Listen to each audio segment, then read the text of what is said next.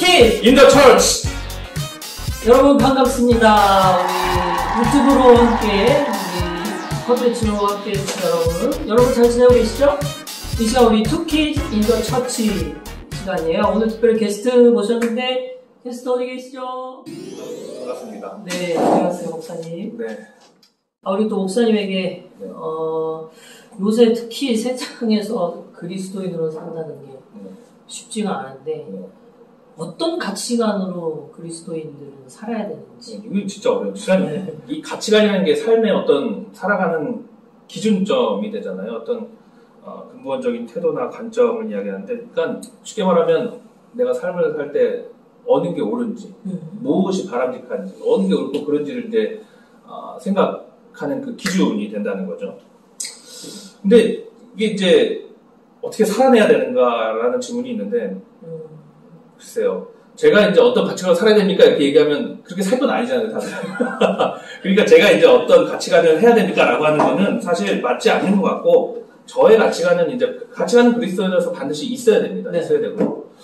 저 같은 경우는 그냥 그거 하나였어요. 뭐냐면, 하나님을 기쁘시게 하는 거. 그러니까 이 가치관이 나온다고 하는 거는 일상적인 삶에서는 가치관이 이렇게 드러나는 경우가 없는데, 어떤 중요한 결정이나 어떤 상황 속에서, 특별히 뭐 요즘 코로나 같은 상황에서 교회에 대해서 나와야 되는지 말아야 되는지 어떤 살 때 이런 가치관이 이제 신앙관이 이제 이게 발휘가 되잖아요. 그럼 이제 그런 거 갖고 선택해야 되고 고민해야 된다는 거죠. 네. 근데 저는 이제 그런 가치관으로 살아갈 때 어떤 나의 선택과 이 기준점이 하나님을 기쁘시게 하는가였어요. 저의 가치관. 그래서 그냥 한 가지 예를 들면 제가 이제 목회를 하게 될 때 대학원 2학년 논문 쓸 때 이제 결정을 하게 됐어요. 그래서 가장 큰 결정은 뭐냐면 인생에 내가 어떻게 살아갈 것인가 방향을 정하는 게 가장 큰 결정이었죠. 목회자가 됐느냐 아니냐. 네. 그랬을 때 제가 목회자가 된 이유 좀 뭐 여러 두세 가지가 있지만 가장 크게 결정한 것은 가치관이었는데 그 가치관이 뭐냐면 내가 이 선택을 함에 있어서 하나님이 어떻게 기뻐하실까. 그러니까 가장 기뻐하신 건 무엇인가. 라고 했을 때 그냥 내가 목회를 잘하든 성공하든 말든 상관없이 그냥 제가 그때 그냥 저 하나님 목회자가 그래도 잘하든 못하든 되겠습니까? 라고 선택했던 그 순간을 하나님이 가장 기뻐하셨을 것 같더라고요. 그래서 그냥 선택을 하게 됐어요. 그러니까 제 인생의 모든 지금 이제 삶의 이 가치관은 내가 어떤 삶을 살아가고 했을 때 하나님이 기뻐하실까? 하나님은 어떻게 하면 내가 가장 기뻐하실까? 라고 이제 생각하면서 조금 되물으며 살아가고 있습니다. 네. 아까 근데 이제 듣다가 이제 좀 구체적으로 든 질문이 사실 저랑 목사님 사역자이기 때문에 예배에 대한 부분이 뭐 멈춰서도 저희는 촬영 때문에 네, 나오잖아요. 그죠. 근데 진짜 이제 코로나 상황이니까 비대면 예배로 전환이 지금은 됐지만 막 예배 자리에 나오냐 마냐 하는 부분도 가치관으로서 그리스도인으로서 사실 나오는 게 맞는지 이런 게 좀 구체적인 그쵸. 거잖아요. 네. 직장인들은 진짜 뭐 직장을 속이면서까지 나오면 하나님이 기뻐하시는 건지. 그게 이제 그러니까 개인마다 다 다른 거죠. 어떤 사람은 목회하는 걸 더 좋아할 수도 있고, 아니 다 목회자가 되는 걸 좋아하면 다 목회자가 됐겠죠. 네. 사실 믿는 사람들이. 그렇죠. 근데 그 판단은 정말 기도하면서 끊임없이 생각하고 어떤 결정을 내렸을 때 하나님이 지혜를 주실 거예요. 기도하시면 반드시 주실 거고요. 예배에 대한 것도 사실 그래요. 근데 사실 언젠간 나와야 되겠죠. 왜냐면 다 같이 나와서 예배하는 감격. 그때도 한번 얘기했지만 교회라는 이 공동체를 주신 거는 개인의 신앙이 중요하다면 어디 저쪽 깊은 산속이나 그렇죠. 그러니까 사실 나와서 함께 그 믿음의 공동체로서 그리스도의 그 보혈을 함께 나눈 형제로서 나와서 형제라면 나와서 한다는 거는 정말 감격스러운 일이고 기쁜 일이죠. 네. 왜냐면 성도 다르고 뭐 성별도 다르고 뭐 나이도 다르고 뭐 다 다른 사람들이 모여서 함께 어울려서 예배를 드린다는 것 자체가 사실 기적과 같은 일이거든요. 사실 기뻐한다는 것 자체가. 근데 그럼에도 불구하고 지금 이렇게 코로나로 인해서 안 하고 있고 못하게 된 데에는 어떠한 그 성찰해야 되는 부분도 반드시 필요하다는 거죠. 그리고 이때 쉬는 시간에 뭐 하는 목사님들도 뭐 얘기하고 유튜브에 많이 나오지만 한번 찾아보세요. 근데 한번 고민해보는 거예요. 이 시간 동안에 예배에 안 나오는 그죠? 그동안 예배를 편하게 다녔던 우리의 그 상황들에 대해서 한번 정말 기도하면서 종합해보고 성찰해볼 필요는 반드시 있다고 생각합니다. 네. 또 아까 말씀드렸죠. 세상의 성공 그리스도의 성. 네. 차이. 이것도 참. 아니 좋은 질문. 왜냐면 이 처음에 질문이 그리스도인은 어떤 가치관으로 살아야 합니까가 아니라 살아내야 됩니까라고 이제 얘기했듯이 네네. 사실 이제 그리스도인은 그만큼 살아내야 되는 거니까 살아야 한다는 거 살아내는 거랑은 다른. 맞아요. 그러니까 그만큼 그리스도인으로 산다는 건 쉽지가 않다는 겁니다. 그 이야기는 뭐냐면 세상의 성공과 그리스도의 성공도 사실은 다르죠. 근데 이제 이 질문을 받았을 때 이제 제가 생각했어요. 저는 개척교회를 했을 때 자존감이 참 낮았어요. 네. 8년 동안 이제 전도사부터 목사까지 한 8년 동안 개척교회를 하면서 계속 개척교회였죠. 근데 어떤 의미에서는 그 개척교회를 했을 때가 참 귀했어요. 왜냐면 어떤 분이 와서 고생한다 그러고 와서 하는 이제 어려운 분들이 얘기도 나누고 개척교회에 오시는 거의 90%의 성도들은요. 큰 교회를 못 오는 사람들이에요. 여러분은 모르시지만 어떤 큰 교회 상처받거나 아니면 큰 교회 문턱이 크기 때문에 영천교회를 들어올 수 없는 분들이 개척교회는 좀 만만하게 보거든요. 그러니까 와서 뭐 자기 얘기도 하고 그죠? 아버님 목회하시니까 또 잘 아주 그런 얘기를 한다고. 그러니까 그 개척교회가 감당하는 그런 역할들이 충분히 있다고 생각합니다. 근데 그걸 이제 느끼기에는 조금 오랜 시간이 걸렸었죠. 그러니까 개척교회 목사로 있다 보니까 나는 늘 이 연령 미만을 목회해야 되고 좀 부응 안 되는 이 현실에 대해서 너무 제 자신이 한심스러운 거였어요. 그러면 제가 이제 반대로 여러분들한테 좀 드리고 싶은 건 목회자의 성공이 큰 교회 담임으로 부흥시켜야 돼 성공하는 거냐는 거죠. 저는 아니면 반대로 시골의 작은 교회를 목회하시는 목사님들의 목회는 실패한 걸까요? 그죠? 그렇게 본다면. 그러니까 어느 것이 성공이냐 실패냐라고 했을 때 다 귀하다는 거죠. 사실은 하나님 보시기에는. 어떻게 보면 세상의 눈으로 볼 때는 큰 교회 담임 목사님 하는 거, 부흥시키는 거 이게 반드시 성공이잖아요. 그러니까 어떻게 보면 누가복음 15장에 보면 양 100마리 중에 99마리 있는데 한 마리 잃어버렸단 말이죠. 그럼 그 99마리 놔두고 한 마리 찾으러 간단 말이죠. 그것도 비효율적이잖아요. 근데 그 한 마리를 찾고 어떻게 해요? 어깨에다 둘러먹고 신나서 사람들 불러놓고 잔치를 한다고.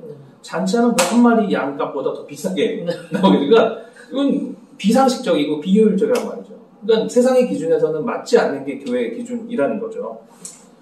그러니까 그 한 마리를 하기 위해서 비용과 시간이 더 들어간다는 거죠. 그러니까 교회는 그 한 명의 영혼이 귀하다고 하잖아요. 그러니까 성공이라는 거 했을 때 어떤 목사님들끼리 이래요. 전사님은 뭐 살아생전에 목회하실 때 뭐 몇 명을 전도했습니까? 그랬더니 난 한 1000명 정도 했다고 뭐 10,000명 정도 했다고 뭐 목사님들 이렇게 얘기하시고 어떤 목사님 얘기했더니 저는 한번 설교할 때 하여튼 결신자가 한 뭐 500명 이상 나오고 뭐 이렇게 뭐 그냥 목사님들끼리니까 그냥 자랑 아닌 자랑으로 이렇게 얘기를 하는데 한 목사님 조용하게 이제 목회하시는 분이었는데 물어보니까 본인은 정말 제가 해서 영향을 끼친 사람은 한 사람밖에 없는 것 같습니다라고 얘기를 하시는 거예요. 자기들이 다 자랑을 하고 이제 마치면서 그 한 명이 궁금해서 어떤 목사님 물어보신 거예요. 그 한 명이 누구냐고 도대체. 그랬더니 그게 그 미국 그 교회 역사상 좀 가장 부흥의 그 명설교가였던 무디 목사님이었던 거예요, 청년. 네, 그러니까 다른 분들이 다 가만히 이제 조용하게 있는 거죠. 그 한 명으로 인해서 정말 미국 전역이 이게 또 그죠? 은혜를 받고 멘토 목사님이셨나? 그런 거. 그죠? 그러니까 그런 일화가 있더라고요. 그러니까 그런 거 보고 이제 조용하게 이제 하셨는데. 할 말이 없어. 네. 그러니까 저는 이제 뭐냐면 그런 말씀드리면 기준점이 다른 것 같아요. 그러니까 세상의 기준은 사실 성공의 기준은 돈, 명예, 뭐 사람들의 시선과 여론이겠죠. 사람들이 잘한다고 뭐 성공했다고 얘기를 해줘요. 근데 우리 그리스도인의 기준은 절대적으로 무엇이냐면 하나님이겠죠. 네, 하나님. 뭐 돈, 명예, 사람들의 기준, 여론 상관없이 하나님 판단하시기에 이게 성공이냐, 그죠? 실패냐라는 거겠죠. 그래서 그런 그 성공의 기준점이 다른 것 같아요. 전도사님이 이제 청년부를 이끌어 가시면서 홀리스타에게 바라는 점, 홀리스타와 함께하고 싶은 활동이 있으시다면 이렇게 적었어요. 네. 제가 청년부에 사실 부임하면서 이런저런 얘기를 뭐 들을 수밖에 없었죠. 어떤 역사와 또 어떤 이야기들이 있는 공동체인지 이런저런 얘기를 들었는데 지금 와서 드는 마음은 사실 청년부가 그동안 좀 많이 아팠고 또 그리고 힘든 일들도 있고 그래가지고 서로 청년들 안에서도 관계가 조금 이렇게 어려워하는 분들도 있다는 걸 알고 있어요. 그런데 그래서 저는 사실 우리가 그렇게 힘들고 어려운 과정을 보냈다 하더라도 사실 우리끼리 욕하고 헐뜯고 비난하고 이런 모습은 사실 우리가 서로 얼굴에게 침 뱉는 격이라고 생각을 하면서 이런 아픔과 또 시간을 보냈지만 우리 영창교회 청년부가 이제는 조금 서로 사랑하고 좀 보듬어주고 또 함께해주고 진짜 그런 찬양도 있잖아요. 서로 사랑할 때 세상이 주를 본다고. 서로 맞아요. 교회가 사랑할 때 세상은 주를 보고 또 사랑은 절대 지지 않는다. 그래서 좀 더 이제 앞으로 우리 홀리스타 청년부가 서로 이렇게 사랑하고 그냥 그 안에서 힘든 지체가 있으면 들어주고 함께해주고 하는 그런 좀 공동체로. 그래서 우리가 진짜 나중에 지금 교회가 비난받고 있는 이 시대에 진짜 사랑이 여기 있다 하는 얘기를 좀 들어보면 좋을 것 같아요. 좋은 얘기. 아니 여기 보니까 기타 질문에 청년부원들 한 명 한 명 짧게 영상 모아서 유튜브에 올려서 힘과 응원의 한마디 이제 이런 걸 적어줬거든요. 네네네. 그러니까 여기 보니까 홀리스타와 함께 하고 싶은 활동이 있으시다면 이제 뭐 이렇게 적었단 말이죠. 네네네. 그러니까 좀 이제 임원들이랑 얘기해서 진짜 뭐 좀 하고 싶은 실제적인 활동이 있나요? 근데 이건 너무 좀 먼 얘기일 수 있어. 가까운 얘기는 있어요. 가까운 거. 지금 실현 가능한 거는 네. 글쎄요. 실현 가능한 하고 싶은 거는 가까운 거는 뭐 청년들이랑 한번 새벽 예배 나와서 배우자기. 그런 것도 좋고. 저는 예전에 전도사님은 그 얘기 한번 한 적 있잖아요. 네네. 출근하는 청년들. 네. 그래갖고 그거 한번 우리 맞아. 강상림 회장은 운전할 수 있고 박진용 뭐 운전할 수 있는 청년들 한두 명이랑 전사님이랑 뭐 저랑 아니면 뭐 또 부장님도 가끔 타셔서 이제 좀 출근할 때 아침에 좀 일찍 만나서 가는 도중에 이제 같이 이야기 나누고 기도하고 뭐 이러면서 데려다 주는 약간 그런 컨텐츠도 한번 뭐 그거 해보고 싶어. 같이 청년분들끼리 단기 선거 국내든 해외든. 그거는 이제 가야죠. 아니 근데 이게 너무 하고 싶은 거예요. 단기 선거는 그저 재밌죠. 근데 조금 이제 언제가 될지 모르니까. 내년에 한번 우리 해외로 어떻게 가까운 동남아나 한번 기획을 해서. 그래 진짜 청년들과 그냥 해외든 국내든 예술 모르는 사람들 찾아가서 섬기고 이런 거 생각만 해도 좋은 것 같습니다. 좋죠. 단기 선거 갑시다. 단기.